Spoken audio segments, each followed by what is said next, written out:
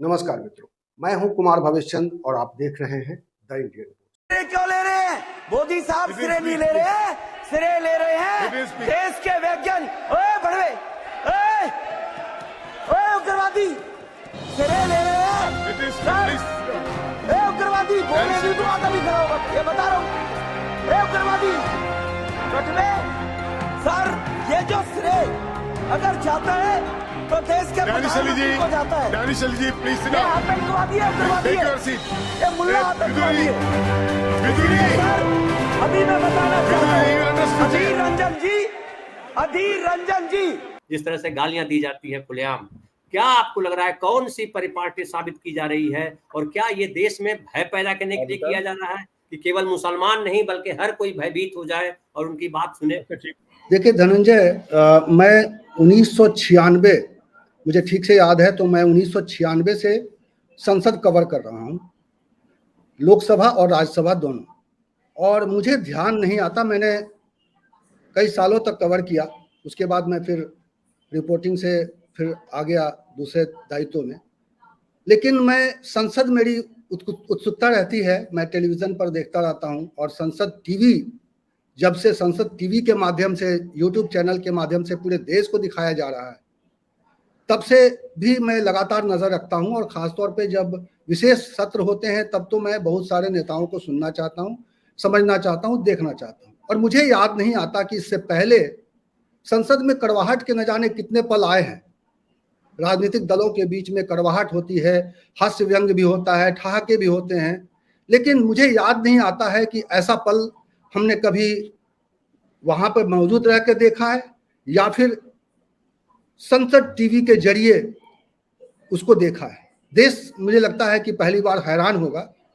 लेकिन इस सब के बीच में कुछ प्रवृत्तियों की ओर इशारा करना पड़ेगा और देखना पड़ेगा, समझना पड़ेगा कि ये प्रवृत्ति है क्या। कुछ बातें सीपी राय जी ने कही, लेकिन अभी बात हो रही थी कि स्पीकर के चेयर पर कौन बैठा हुआ था। स्पीकर के चेयर पर के सुरेश बैठे हुए थे। वो कांग्रेस के बड़े लीडर हैं, कांग्रेस के बड़े नेता हैं, केरल से आते हैं, आप ही के पार्टी के हैं सीपी राय साहब, और वो वहां बैठे हुए थे। और जो बैठे हुए थे रमेश बिधूड़ी उनके बगल में, उनकी हंसी तो देख रहे थे सब लोग। लेकिन ये व्यवहार जो है ना, पूरा व्यवहार अपने आप में पूरा हैरान कर देने वाला है कि रोड जैसा माहौल क्या संसद के भीतर हो सकता है? सड़क पर तो ये अपमानित कर ही रहे हैं एक वर्ग विशेष को, सड़क पर ये लोगों को बांट ही रहे हैं, लेकिन क्या संसद के भीतर भी ऐसे विभाजन करने की इजाजत दी जाएगी? और आप जो सवाल पूछ रहे हैं धनंजय की माफी, क्या गलती की थी संजय सिंह ने कि वो सदन से बर्खास्त है? क्या गलती की थी अधीर रंजन चौधरी ने कि उनको बर्खास्त कर दिया गया था लोकसभा में कुछ दिनों के लिए, जब पिछला सत्र चल रहा था, मानसून सत्र चल रहा था? तो आप एक प्रवृत्ति देखिए कि किस तरह से अपना और पराया देखा जा रहा है। प्रधानमंत्री 4 दिन का विशेष सत्र खत्म हो गया है तो आज अपने भारतीय जनता पार्टी के मुख्यालय में जाकर बड़ी बड़ी बातें कर रहे हैं, लेकिन उनकी पार्टी के नेता चांद पर बहस करते हुए बहस को कहां लेकर जा रहे हैं? धरातल से भी कितना पाताल में ये बहस चली गई। और क्या इस चीज को लौटाया जा सकता है कि किस तरह की प्रवृत्ति अब नेताओं में हो गई है? भारतीय जनता पार्टी का नेता क्या ऐसी भाषा में बात करेगा अपने बगल में बैठने वाले सांसद से? वो किसी रोड के आदमी से बात नहीं कर रहा, वो किसी आम लोगों से बात नहीं कर रहा, एक सांसद से सदन में बैठे हैं और उनके लिए किस तरह की भाषा का इस्तेमाल कर रहा है। इससे विमर्श का स्तर समझा जा सकता है। नई संसद बनी है, नया चलन होना चाहिए था, नया जोश होना चाहिए था, लेकिन क्या दिखा रहे हैं? तो निश्चित रूप से ये बहुत ही अपमानजनक, और देश के लिए, सिर्फ राजनीतिक दल के लिए नहीं, ये तो सबके लिए शर्म की बात है कि हमारे बीच में हम ऐसे नेताओं को चुनकर भेजते हैं।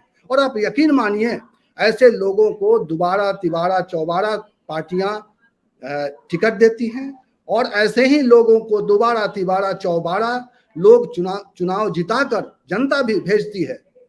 तो सिर्फ हम यहाँ बहस करते हैं, लेकिन विमर्श कहाँ पर आके रुक गया है, ये सबको अपने अपने अंदर झांकना पड़ेगा कि हम किस दौर में पहुंच गए।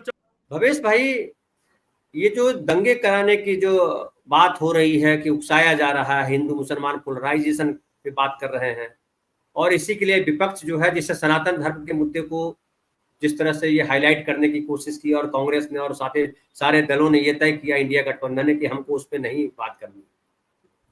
इंडिया और भारत की बात करने की बात आई तो मोदी जी ने कहा कि हमको इंडिया भारत पे बात नहीं करनी है, हमको सनातन धर्म पे बात करनी है। सनातन धर्म पे बात आई तो गुजरात में जिस तरह से आज हमने वीडियो भी दिखाया, राजेश भाई ने पूरा पूरा डिटेल बताया कि सनातन धर्म और स्वामी नारायण के बीच में किस तरह से झगड़ा चल रहा है गुजरात पे, उस पर किसी की नजर नहीं है।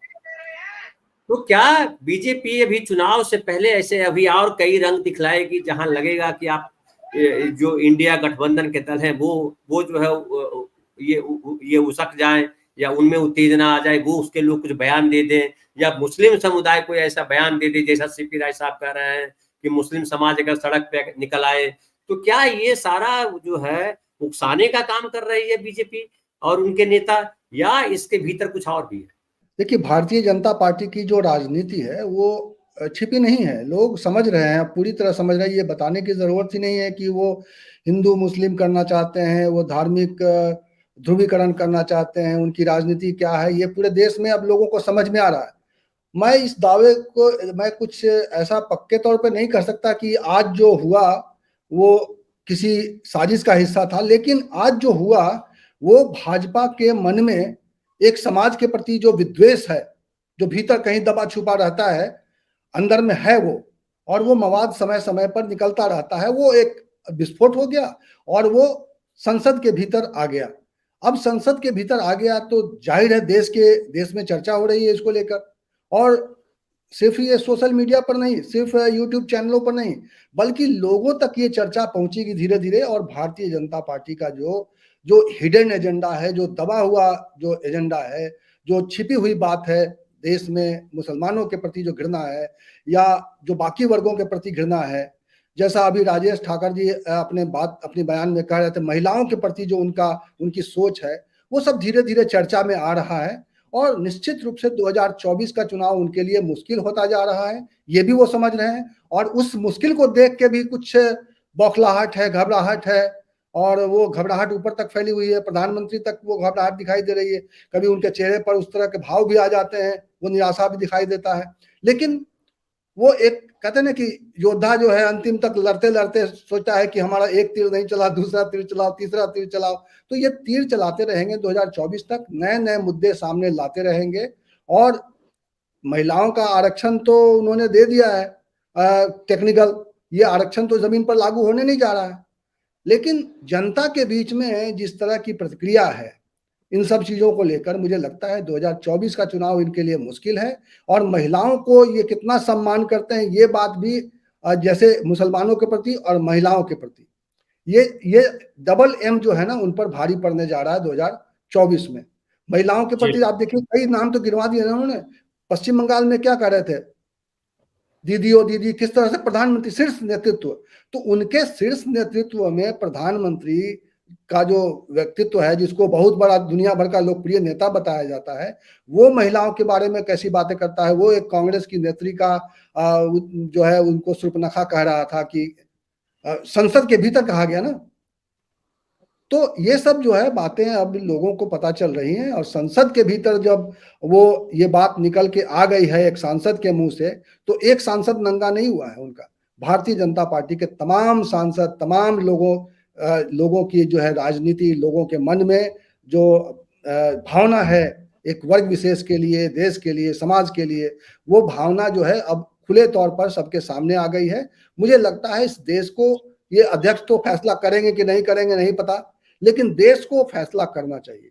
देश के सामने ये सवाल जरूर है, देश के नागरिकों के सामने ये सवाल जरूर है कि क्या ऐसे लोग चुन के जाने चाहिए, क्या ऐसे लोग अपने तमाम सांसद निधि का खर्च अपने इलाके में अपने घर से लगा के भी बिछा दे तो इनको जिता के नहीं भेजना चाहिए। ये जनता के सामने भी ये प्रश्न है कि कैसे कैसे लोग चुन के संसद में आ रहे हैं। ऐसे लोगों को अगर दोबारा चुनकर संसद में भेजती है जनता, तो मुझे लगता है जनता पर भी सवाल है, इस लोकतंत्र पर भी सवाल है। इस व्यक्ति को न तो पार्टी में तो ये अभी तो लोकसभा से निकाला जाना चाहिए, कम से कम इस तरह की कार्रवाई होनी चाहिए जो उनको याद रहे और बाकी सांसदों को भी के लिए भी नजीर रहे।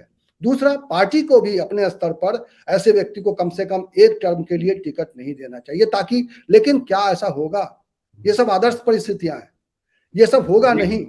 ये इनके बुरे दिन आ गए हैं, अच्छे दिन लाते लाते इनके बुरे दिन आ गए हैं और इसीलिए बौखलाहट में ये ऐसी गलतियां कर रहे हैं और ये इससे भी बड़ी बड़ी गलतियां करने जा रहे हैं। मुझे ऐसा आभास हो रहा है कि ये अब जनता के बीच में जाकर ये जनता को ही गालियां देंगे, जनता को ही दुत्कारेंगे, जिन जनता के भरोसे पर इनको एक बार नहीं 2 बार सत्ता मिली, लेकिन ये खुद को साबित नहीं कर पाए। ये जो वादे करके आए थे 14 में, जो 19 में, जो सबका साथ, सबका विश्वास, सबका विकास और सबका प्रयास, ये सब कहने सुनने की बातें हैं। ये जमीन पर न इनके दिल में है, न इनके दिमाग में है। इनके दिल में और दिमाग में जो था वो आज संसद के अंदर निकल गया है।